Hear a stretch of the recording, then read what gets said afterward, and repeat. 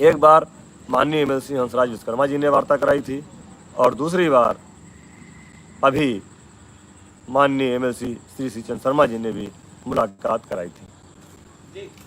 उन सब बातचीत में आप लोगों की जो समस्याएं हैं उन पर गंभीरता से चर्चा हुई और शासन को निर्देशित किया गया कि शिक्षा मित्रों की समस्याओं का समाधान करने के लिए उचित प्रस्ताव बनाया जाए।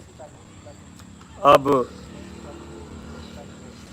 पिछले 7 साल का हम लोग कहते हैं कि 7 साल हम लोग दूर रहे और एक बार तो मुझे भी लगा कि शायद अब इस सरकार में हम लोगों को कुछ नहीं मिल पाएगा।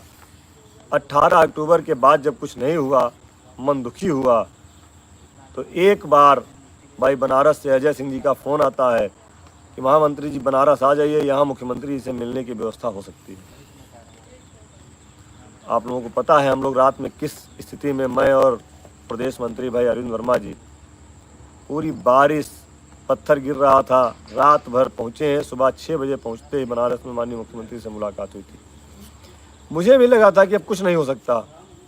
मैं भी डर रहा था कि शायद अब कुछ होने वाला नहीं है, लेकिन आप लोगों ने जो हिम्मत दी, ताकत दी और आज भी जो आप लोगों का आशीर्वाद मिला है, उसको मैंने अपने दृढ़ निश्चय में शामिल करते हुए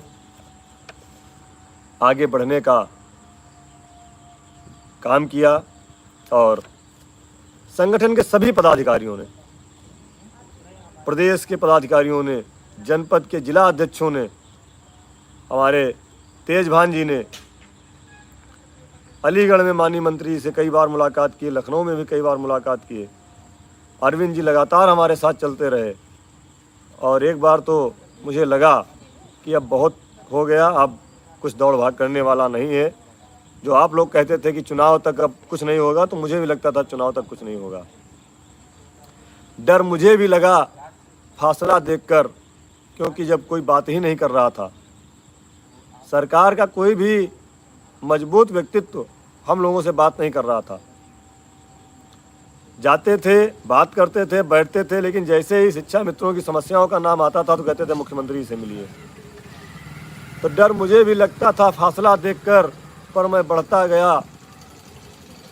हौसला देखकर खुद ब खुद मेरे नज़दीक आती गई मेरी मंजिल, मेरा हौसला देखकर। आज मंजिल।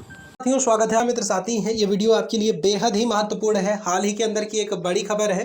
वास्तविक रूप में सरकार से यानी कहा जाए शासन से शिक्षा मित्रों के अस्थायीकरण को लेकर फाइनल बयान आ चुका है। बयान क्या है उसके ऊपर मैं चर्चा करूंगा। एक वीडियो की क्लिप अभी आपके मध्य में चलेगी, उसे आप देखिएगा, सारी बातें डिस्कस हो जाएंगी।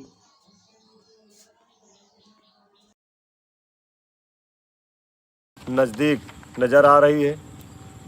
उस बैठक में हमारे संरक्षक आदरणीय श्री श्रीचंद शर्मा जी, माननीय एमएलसी, प्रदेश संयोजक, शिक्षक प्रकोष्ठ भाजपा हमारे साथ रहेंगे और वह विधिवत एक एक चीज़ जानते हैं कि कैसे शिक्षा मित्रों का भला होगा।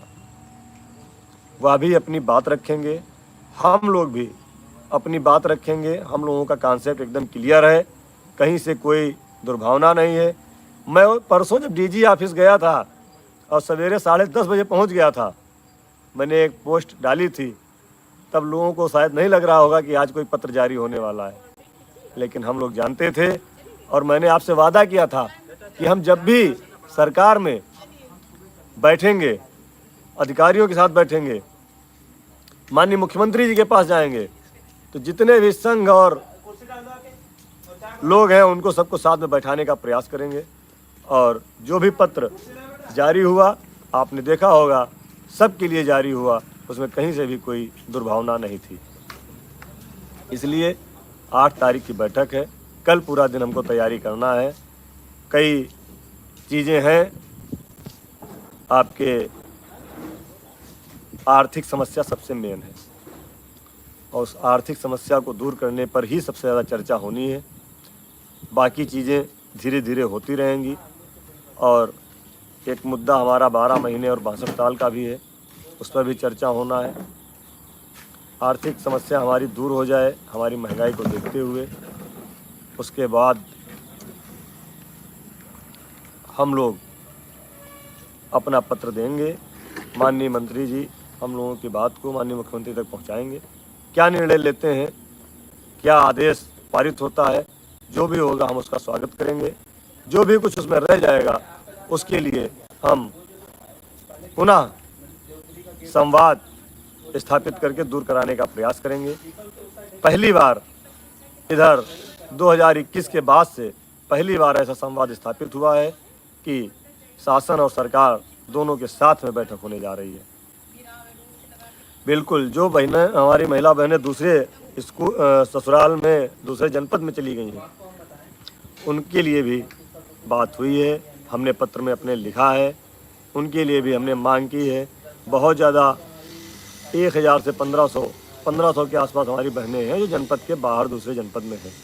उनके लिए भी हम लोगों ने बात की है। अब सरकार कैसे उसको एडजस्ट करेगी, शासन कैसे उसके लिए करे